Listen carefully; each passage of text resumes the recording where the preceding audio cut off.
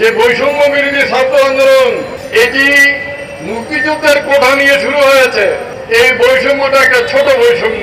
আজকের বৈষম্য বাংলাদেশের বৈষম্য, একদিকে 10 আর একদিকে 90।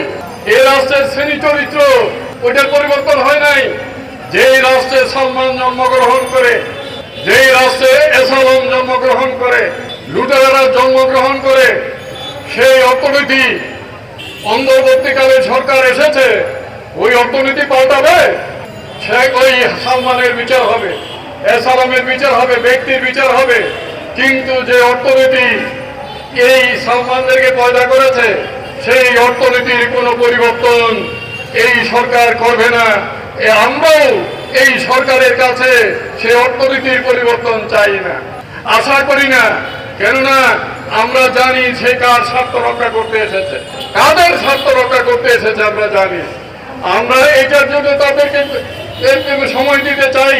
সেটা হলো তারা এই আন্দোলনের মধ্য দিয়ে একটি গণতান্ত্রিক সংস্কারের পথ উন্মুক্ত হয়েছে, যেটি আওয়ামী লীগ, বিএনপি এই লুটেরা রাজনীতির কারণে, সাংঘর্ষিক রাজনীতির কারণে দেশ দুই ভাগ হয়ে গেছে, দলীয়করণ হয়েছিল।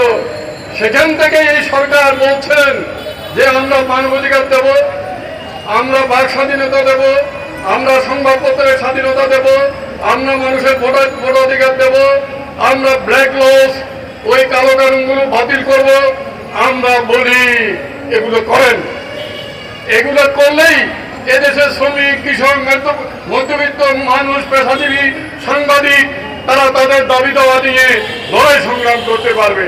আমরা সেজন্যই এই সংস্কারের কথা বলে সরকার এসেছে। আমরা চাই ওই সংস্কারগুলো হোক।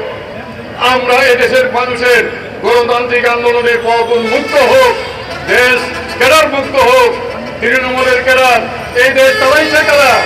এতদিন এই দেশ চলেছে কাদের?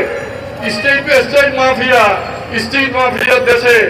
আমরা বাংলাদেশের কমিউনিস্ট পার্টি থেকে বামপন্থীদের মধ্য থেকে আমরা বলতে চাই, পুনর্লিখন, সংবিধান পুনর্লিখনের দিকে হাত বাড়াবেন না। এটা জটিলতা তৈরি করবে, এটা জাতিকে বিভক্ত করে নেবে।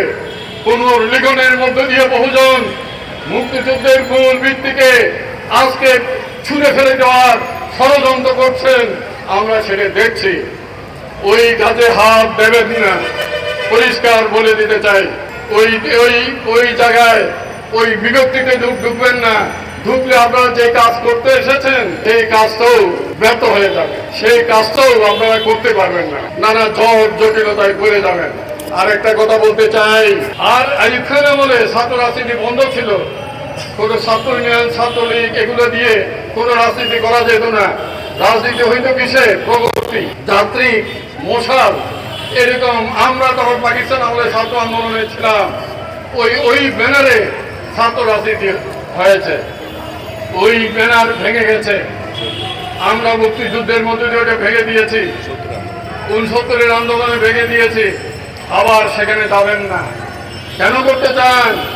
রাষ্ট্রের, বর্তমান রাষ্ট্রের শ্রেণী স্বার্থ এটাকে আড়াল করার জন্য বিরাজনীতিকরণের রাজনীতি নিয়ে চাচ্ছেন। যারা বিরাজনীতিকরণের কথা বলছেন, যারা ভোটার মধ্যে বহুজন বলছেন, তারা সুপার পলিটিক্স করছেন।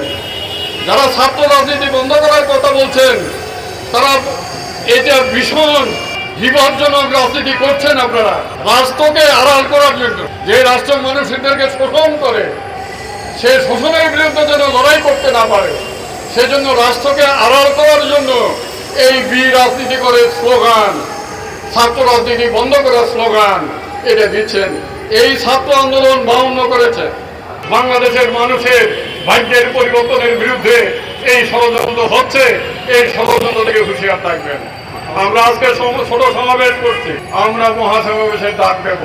আমরা এই 1-2 মাসের মধ্যে সমাবেশের দিকে যাব। আর গ্রামে গঞ্জে সর্বত্র আমরা সমাবেশে নামবো। আমরা এই যে শ্রেণী পেশার আন্দোলন, শ্রমিক, কৃষক, মধ্যবিত্ত মেহনতি মানুষের আন্দোলন আপনারা গড়ে তোলেন। আপনারা এসেছেন 1.5 মাস হয়ে গেল, জিনিসের দাম কমে নেই। আপনারা এসেছেন কই আমরা বলছি রেশন সব চালু করুন, গ্রামে গঞ্জে রেশন সব চালু করো, ভোক্তা সমবায় ক্রেতা সমবায় চালু করো। এটা ছাড়া সিন্ডিকেট ভাঙবে না। আপনি সিন্ডিকেটের বিকল্প দিতে হবে তো, বাজারে বিকল্প ব্যবস্থা করতে হবে। রেশন সব চালু করা ছাড়া আপনি সিন্ডিকেট ভাঙতে পারবেন না। সেই ঘোষণা কোথায়? আপনারা এই যে অন্তর্বর্তীকালীন সরকার তো বহু কাজ করছেন, এই ঘোষণা নাই কেন? রেশন কার্ড চালু করেন, করবেন না কেন? আপনিও মুক্ত বাজারপন্থী, আপনিও মুক্ত বাজারের ধ্বজাধারী, এই জন্যই আছে। কিন্তু আপনার কাছে অত বেশি চাই না। আমরা আমাদের কাজটা আমরা করি। ওই দেশে গণতন্ত্র থাকলে, ভোটাধিকার থাকলে আমরা আমাদের পথে ওইটা গড়ে তুলব, ওই রাস্তায় আমরা হাঁটবো। তাই আমরা যেটা বলতে চাই, আসেন ঐক্যবদ্ধ হন। এই লড়াই শুরু হয়েছে। বৈষম্য যেটা দেখেছেন, উপরের বৈষম্য, ওই শ্রেণী বৈষম্য, ধন বৈষম্য, একদিকে 5 আরেকদিকে 95। আসেন ওই 95-এর ভাগ্য পরিবর্তনের বাংলাদেশ, ওই বাংলাদেশ গড়ে তুলি।